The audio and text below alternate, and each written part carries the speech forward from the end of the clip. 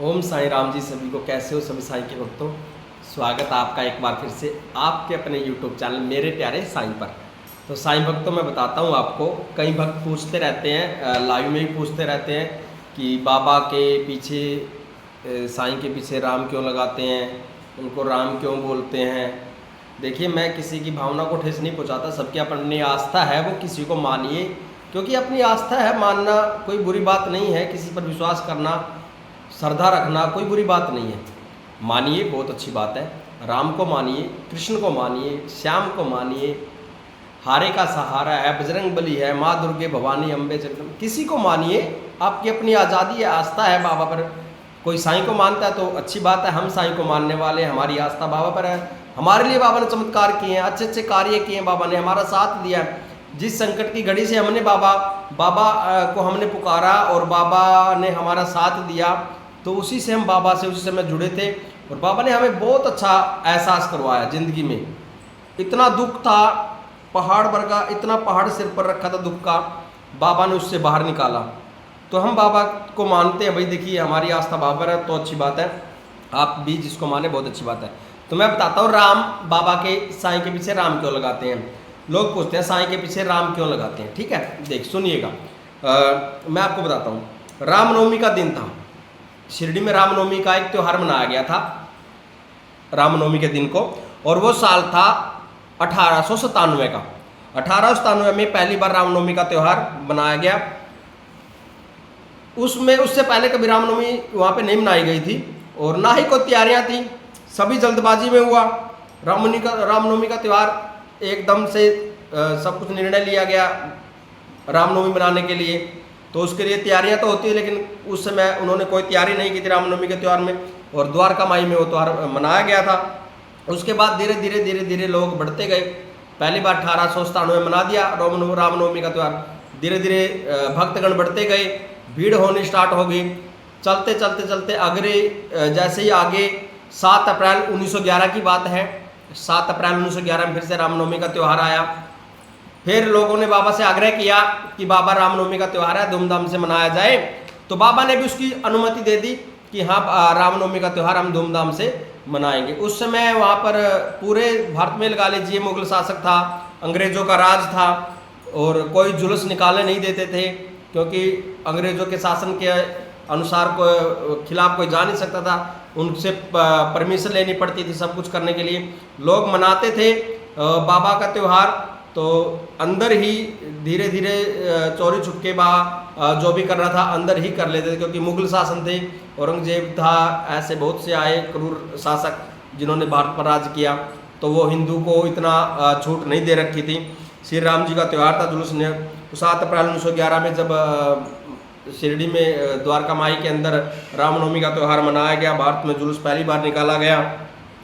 हो रहा था क्योंकि उस समय मुगल शासक थे और सब लोग चुपके चुपके अंदर अंदर ही मना रहे थे।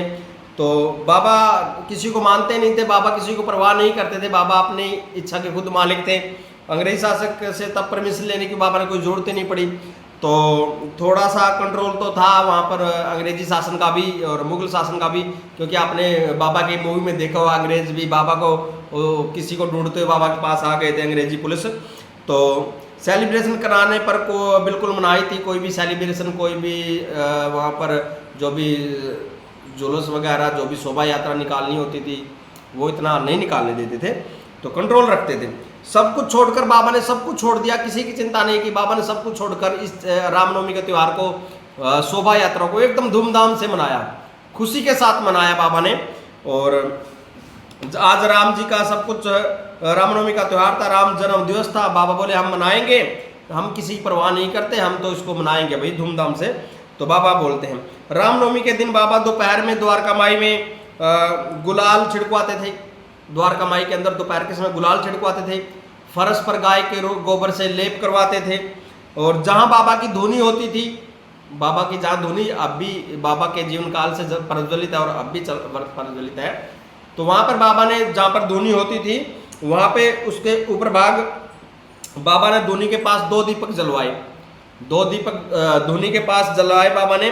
और जो ऊपर बाबा जहाँ पर शयन करते थे, जहाँ पर बाबा बैठते थे, एक तख्ते का फट्टा होता था छोटा सा, और ऊपर उसने बांधा हुआ था बाबा ने, उसके ऊपर ही बाबा शयन कर रहे। वहाँ पर बाबा ने 3 दिए जलाए, तो 2 दिए धुनी के पास और 3 दिए बाबा ने अपने जो आसन शयन कर रहे थे वहाँ पर बाबा ने जलाए, जिससे पूरी द्वारका माई में रोशनी जगमगा गई। रोशनी ही रोशनी होगी, 5 दिए से पूरी रोशनी द्वारका माई में एकदम रोशनी हो गई। तो बाबा कहते हैं कि आज राम आए हैं, आज राम आए हैं, हम सबकी ज़िंदगी में उजाला लेके आए हैं, रोशनी लेके आए हैं, नया सूरज लेके आए हैं। तो इस प्रकार बाबा ने पहली बार जुलूस निकाला, धूमधाम से निकाला, बाबा का शोभा यात्रा मनाई गई। तब से वहाँ के जो भक्त थे बाबा को साईं राम कहने, क्योंकि राम बाबा के नाम के पीछे राम लगाना स्टार्ट हो गया था, तो तब से बाबा का साईं के पीछे राम लगाना शुरू हो गया। तब बाबा ने पहली बार रामनवमी का त्यौहार मनाया था। तो इस प्रकार बाबा ने जब रामनवमी का त्यौहार मनाया तो साईं के पीछे राम का नाम लगाना स्टार्ट हुआ। मैंने तो यही पढ़ा है, यही जाना है। अगर आपको कुछ ज़्यादा पता है तो आप बताइएगा कमेंट में। और हम रोज़ लाइव आते हैं रात को 9 बजे, और आज का जो अध्याय है वो छठा अध्याय है, आप आइएगा, सुनिएगा बिल्कुल अच्छे से, प्रेम से। और उसमें यही बताया गया है साईं सच्चरित्र में आज छठे अध्याय में कि बाबा ने रामनवमी का त्यौहार कैसे मनाया, तो उसके बारे में सब वृत्तांत से बताया गया है। प्लीज़ आइएगा, सुनिएगा। और 5 अध्याय हम पहले सुन चुके हैं, पढ़ चुके हैं। अगर किसी को वो सुनना है तो हमारे लाइव यूट्यूब पे पड़े हुए हैं, वीडियो डली हुई हैं, वहाँ से देख लीजिएगा। और आप सभी को मैं एक बार फिर से स्वागत करता हूँ आपके अपने यूट्यूब चैनल पर, और सभी का धन्यवाद देता हूँ। आप हमारे साथ जुड़े हैं, हमें सपोर्ट कर रहे हैं, तो आपका बहुत बहुत शुक्रिया। इस प्रकार हमें सपोर्ट करते रहिए। जो पहली बार आए हैं प्लीज़ सब्सक्राइब कर लीजिए, लाइक कर दीजिए, शेयर करिएगा। और सभी को जय साईनाथ, जय शिव शंकर भोलेनाथ, ओम साई राम। लाइव आना हर रोज़ 9 बजे। थैंक यू, शुक्रिया।